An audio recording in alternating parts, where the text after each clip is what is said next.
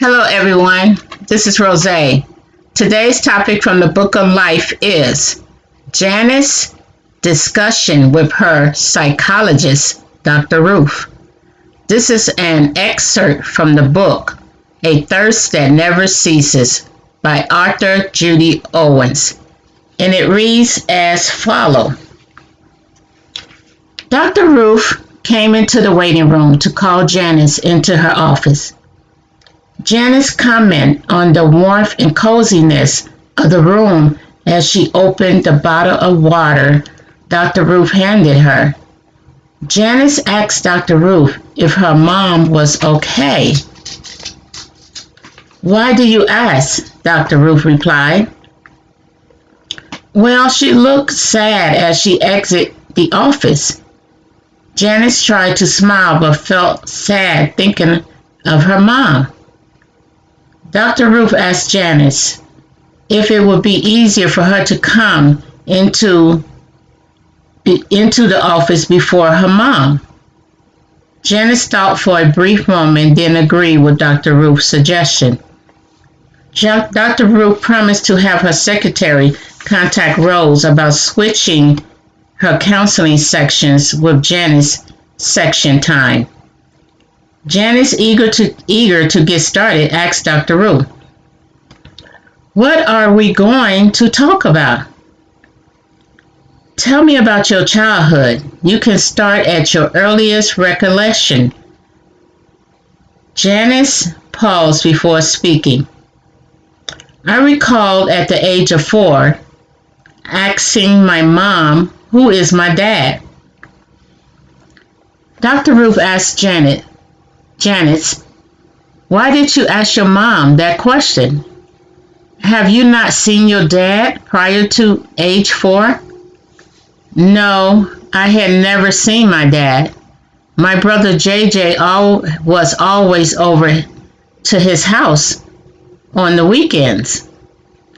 JJ's dad would come to the house and blow his car horn before JJ went running out the door. When Mom told me that JJ and I had the same dad, I asked my mom why I don't go over to my dad's house on the weekends like JJ. Mom said Dad did not want to take a girl to do rough boy things. She always said my dad thought it would be better if I stayed home and learned about girl things with her. I asked my mom what boys' things were, and she explained they were fishing, hiking, going to sport games, and playing sports. Then I said, "Is coming in the house to say hi a girl thing?" "What do you mean?" Mom replied. I told Mom because my dad never come in the house to see me. He only blows his horn for JJ to come out the house. My mom looked at me and began to cry. I told Mom that I was sad and I was sorry. I asked her that bad question. I'm sorry I asked her that bad question. That I didn't want her to cry. Then Mom said that it was okay, and she would talk to my dad about coming in the house to say hi. 2 days later, after JJ returned home, Mom went outside to talk with Dad. The back door was left open. I stood near the kitchen door when I heard Mom tell Dad, "Janice is asking about her dad." And Dad said, "I told you that I did not want any more kids when you were pregnant with Janice. You should be happy I am paying child support for a child that should have been aborted." Mom told Dad that he was not allowed to take JJ again until he came in the house to meet me, and that he had to be kind towards me. Dad said I would see you in court, then drove out the driveway. Dr. Ruth asked Janice how she felt after overhearing her parents' conversation. I don't know. I did not know the meaning of what they were saying. I felt it wasn't good because my mom and dad sound angry and were yelling. For a long time, JJ did not go over to Dad's house on the weekends. JJ was angry with me because Dad told him that it was my fault. I did not understand what I had done wrong. After JJ told me it was my fault, I heard Mom talking on the phone with Miss Barbara. Mom told Miss Barbara that she was happy James Sr. agreed to her hosting JJ's 10th birthday party so that I could meet my dad and JJ could start going back to Dad's house on the weekend. I was so excited, I ran to tell JJ what I heard. JJ began to jump for joy and said he was sorry to me, and we hugged. Mom invited all of JJ's friends from school, and Dad invited all of JJ's friends on his basketball team. When my dad walked into Miss Barbara's backyard carrying a large gift wrap box, I knew he was my dad. I stared at him for a long time. He stared back at me. JJ interrupted our staring by running to him, shouting, "Dad!" Dad laid the gift box on the table, then grabbed and hugged JJ. Tears came to my eyes, and JJ asked me why I was crying. I hunched my shoulders and I said, I don't know. Then my dad came over to me, and he grabbed my hand as he got on his knees. He told me that I was beautiful and looked like my grandmother, his mom. He hugged me for the first time. I couldn't stop crying. A tear fell down my face, and a tear also fell down my dad's eyes as well. Excuse me. I didn't ask my dad if he was coming to my birthday party in 3 months. Dad said he wouldn't miss my 5th birthday. Miss Barbara lived with a lady who she called her partner. As a kid, I did not know that partner was not her name, but was her title. Miss Barbara's cousin came to the party with his 10-year-old nephew. Her cousin's name was Craig. Craig and Mom talked a lot at the party. Dad looked angry every time he looked at Craig talking to Mom. After the party, Dad walked me, JJ, and Mom to the car as he pushed a cart with all of JJ gifts. Dad asked me where I would like to have my birthday party, and I happily answered at the Disneyland. Dad promised to make it happen. After JJ's party, Dad came to the house every weekend to pick up JJ and visit with me before taking JJ to his house. Sometimes he would take me and JJ for ice cream. Mom had bought me a pink princess dress with a silver tiara for my birthday. I was so happy to have my mom and my dad celebrate my 5th birthday with me. Although my mom and dad did not have any conversations outside of asking and answering questions about me and JJ, we were all happy with each other. Until Dad overheard Mom talking on the phone saying Craig asked her to marry him. Dad's tone began to change towards Mom. He no longer smiled when he saw her. Mom married Craig 2 months before JJ's 11th birthday. Dad was so angry at Mom that he started binge drinking. Dr. Ruth asked, what is your understanding of binge drinking at age 5? I heard Mom say on the phone that she was scared of Dad taking me and JJ in his car because of his constant drinking and driving. Mom said Dad had to go to court because he had a DUI for binge drinking. I asked JJ, what is a DUI? JJ searched DUI on the internet and said it was driving under the influence of a substance. I asked JJ what is a substance was. He said alcohol or drugs. And I said, can you drink alcohol? I asked him. Why do you need to know? JJ shouted. I told him what I heard Mom say on the phone. Yes, alcohol is something a person drinks, JJ replied. Although at the age of 5, I did not fully understand. I knew that my dad had to go to court because he drank alcohol. Also, I knew that my dad did not come to my 6th birthday party because he was driving drunk and ran into a tree with his car. My dad was in the hospital for 2 weeks when he died of complications from injuries due to the car accident.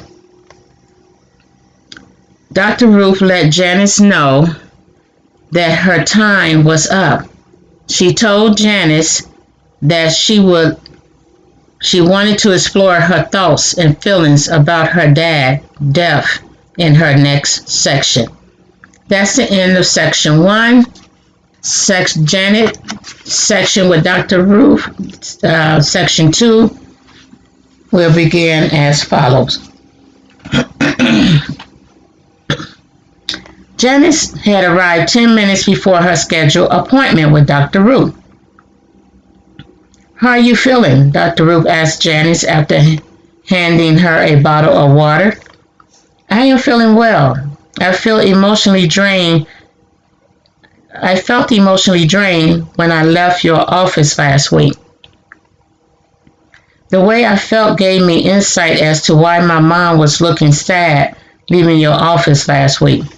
However, as you can see, it did not deter me from returning. My mom and I talked about facing the hard truth in order to heal before coming to you. I am here to do the work. That's good to hear. It can be uncomfortable talking about horrific events in your life. As you progress in the sections, you will learn that the tragedy of these events has become your rock. These events do not define who you are, but you define them through your strength to act on your belief in a higher source, regardless of your circumstances. Let's start where we left off. Tell me about your state of being when your father died 2 weeks after your 6th birthday. In the mind of your 6-year-old self, what was your thoughts on death? Were you angry at anyone? Well, my 6-year-old mind understood from Sunday school that death is a part of life. Although I did not understand much about death, I knew that when a person died, they would go to heaven. In Sunday school, I was taught to pray every night. The prayer I was taught to say is, now I lay me down to sleep. I pray the Lord my soul to keep. And if I die before I wake, I pray the Lord my soul to take. As a child, I thought when a person gets in bed to sleep, they could die and not wake up. Also in Sunday school, I was taught to say every morning, thank you, God, for waking me up this morning.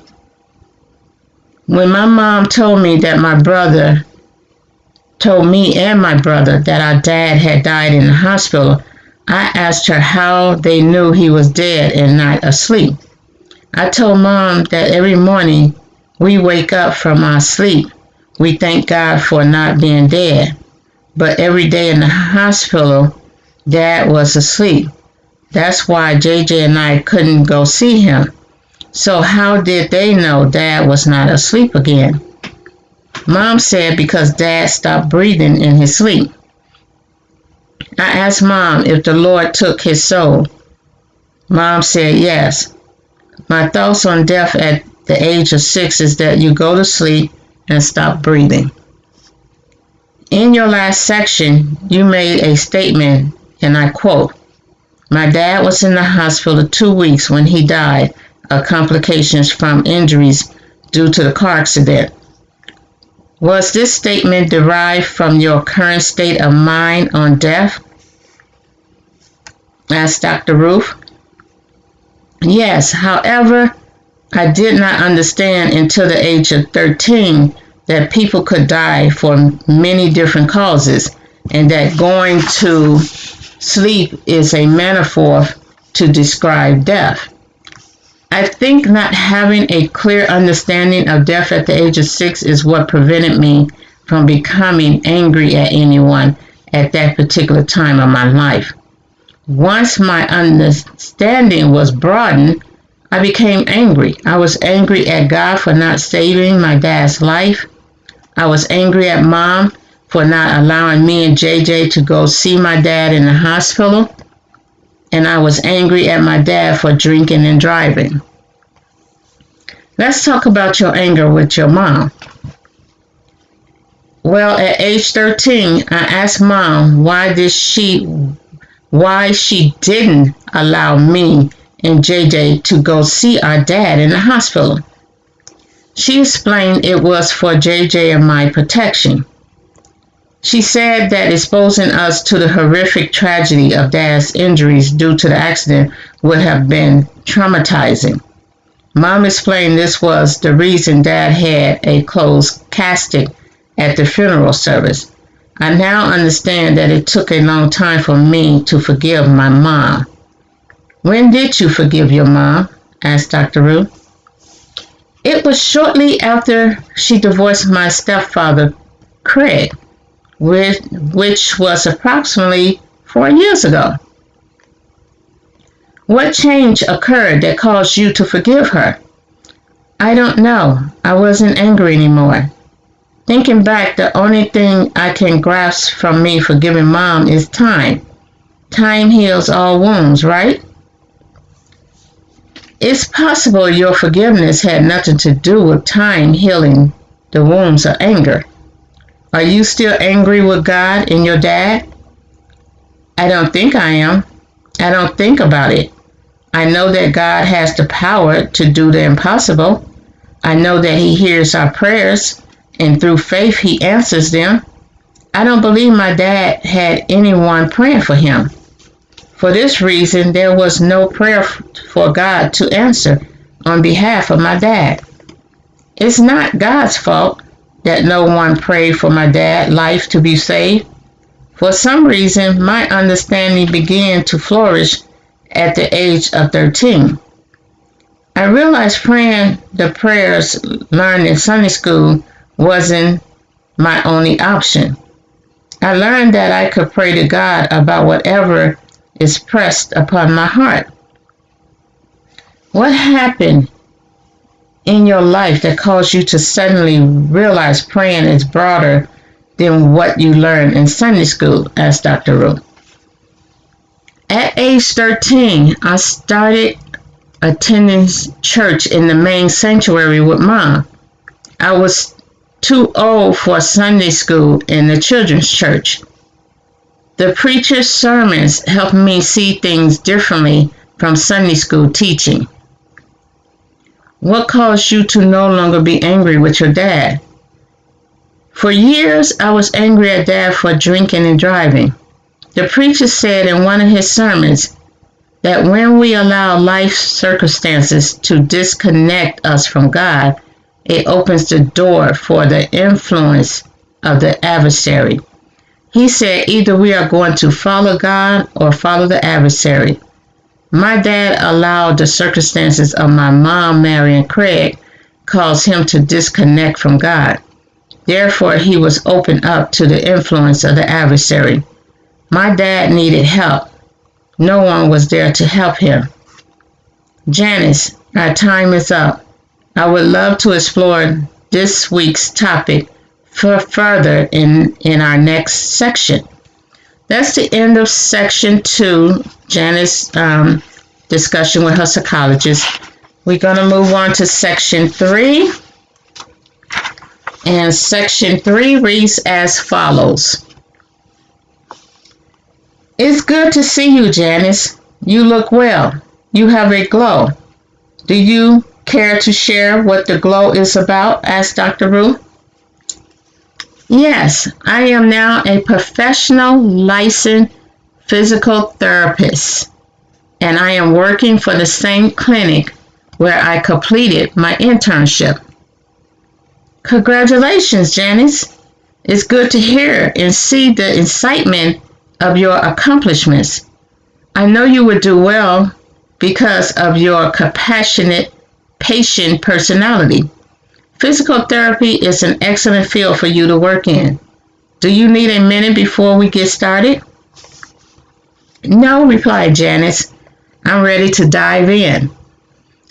You ended our last section with a very powerful statement. I would like for you to elaborate on your statement. My dad needed help. No one was there to help him. What does this mean? Asked Dr. Ruth. Looking back at what I know about my dad and his family issues with his siblings, I can see how he could have felt alone because he was alone. My mom was his only caring family when they were married. He went to church because my mom went to church. I don't believe my dad had a relationship with God. What is having a relationship with God to you? Having a relationship with God, in my perspective, is reading your Bible, conversing with God in daily prayer, finding a quiet time to meditate on God's Word, and in this quiet time, talk to God about problems or thoughts. I believe my mom was too emotionally hurt and angry at my dad to pray for him in the way that he needed prayer.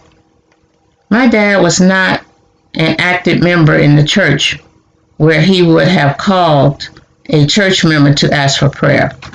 My mom was my dad's belief in God, but he did not go to church as a child. His belief came from his grandmother reading Bible stories to him.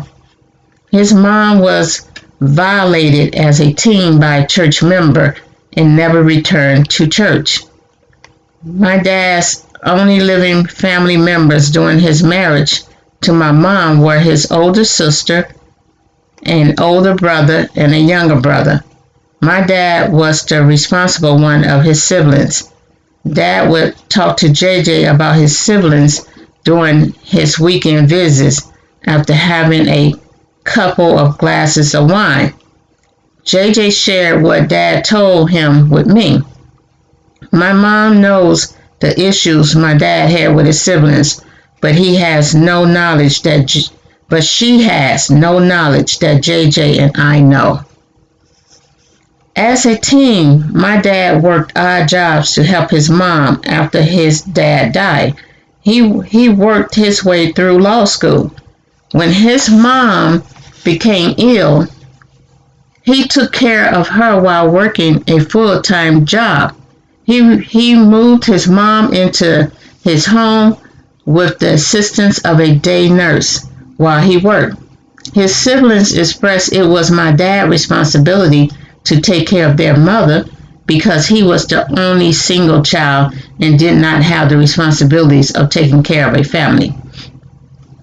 My dad was very distraught when his mother died. His siblings appeared to be stronger than him and offered to help with the funeral arrangements. My dad gave his younger brother the key to their mom's storage to check for life insurance policy and banking information. He assigned the obituary to his sister, but his older brother asked to handle the task. He reassigned his sister the task of purchasing proper attire and a wig for their mom. My dad found a mortuary to pick up his mom's body and promised to return with her insurance papers. His younger brother claimed their mom did not have an insurance policy or bank account. He claimed the paperwork in storage was just junk mail. My dad asked for the return of the storage key so he can look. My dad recalled his mother telling him that he was the beneficiary of her life insurance policy. He was surprised when his brother couldn't find a policy or a bank statement. Dad knew his mother received monthly direct deposits from Social Security. He never used her money or thought to check her bank account each month while she was in his care. He remembered putting her debit card and bank papers in a large envelope and putting it in storage with her other belongings. He felt it would be okay since he had the only key. Within his mind, Dad questioned his brother, but did not have the energy to verbalize his thoughts. Dad's priorities was getting his mom's funeral arrangements taken care of without any family dispute. Dad decided to pay for the service out of pocket. Approximately 1 month after my grandmother's funeral service, Dad decided to take a couple of days off work to go through his mother's belongings. He donated her furniture and clothing to shelters. He couldn't understand why only junk mail was in the storage when he knew other important documents was placed in there by him. Dad recalled seeing a P.O. box on the important documents he placed in storage. He looked up the address of the post office, the local post office. With a copy of his mother's death certificate in hand, Dad went to the post office to request access to his mother's box. Dad gained access to his mother's postal box after providing additional information about his mom. With a bag full of mail to sort through, Dad found his mother's bank statements and immediately made calls to stop all recurring deductions from her account. One of the deductions was for life insurance. He contacted the insurance company explaining that he did not know the policy number but had his mom's Social Security number. After the insurance rep identified Dad as James Jackson, the beneficiary, the insurance representative informed Dad that an alert was placed on the account because of possible fraud. Per the representative, someone called in stating the beneficiary name on the policy was a typo. The caller stated the actual name should be John Jackson instead of James Jackson. Also, the representative stated that the caller never returned the documents request or mailed. The representative confirmed documents were mailed to Dad's younger brother, John Jackson address. When Dad gathered his siblings together to confront his brother John, to his surprise, Joanne, Dad's sister, confessed to the fraud plot among all three siblings. My dad's siblings told him they felt the money should go where it was needed. Most among them three, they had no remorse for their actions to steal death benefits. Dad never communicated with his siblings again after their confession to him. Outside of JJ and myself, my dad had no close family or friends. My dad needed help to get through his life problems. Looking back, I feel my dad self-medicated with alcoholic drinks. No one was there to see he needed help. My dad pushed my mom away, then became angry when she married someone else.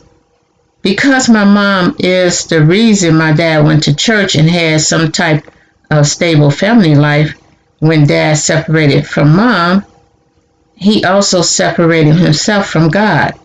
However, Mom didn't separate herself from God.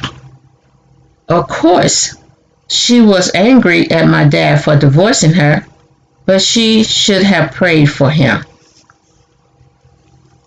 In your first section with me, state Dr. Ruth, you talked about overhearing a conversation between your mom and dad when you were around 4 or 5. You heard your dad tell your mom that she should be happy he was paying child support for a child he did not want.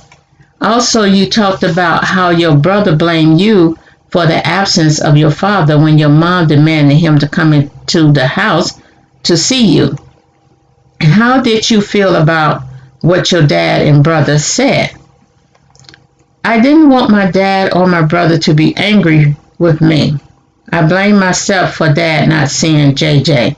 I blame myself for dad divorcing mom because I was born.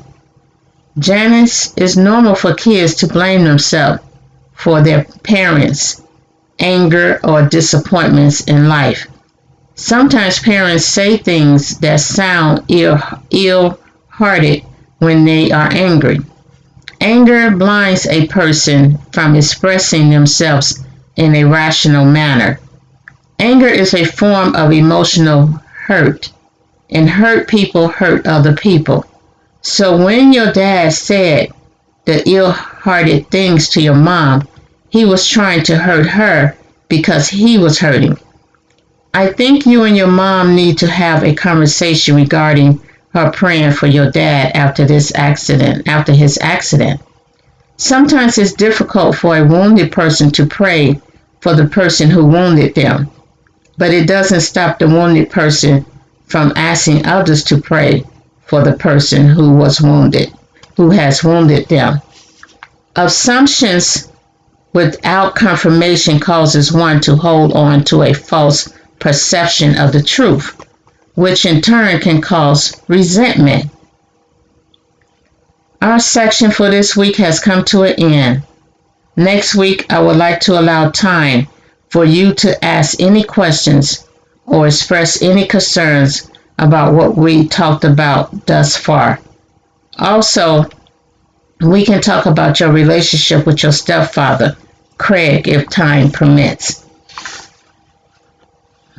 That's the end of Janet's third section with Dr. Ruth.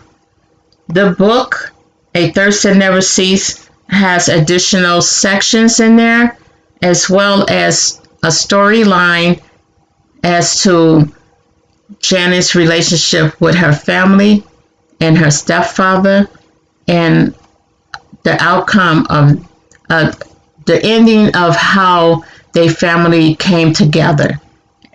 It's a beautiful story that I know you would enjoy. You can find the book at barnesandnoble.com as well as amazon.com. Click the thumbs up and subscribe button to receive notifications of more articles from the Book of Life. Be blessed, everyone. Be safe. Peace.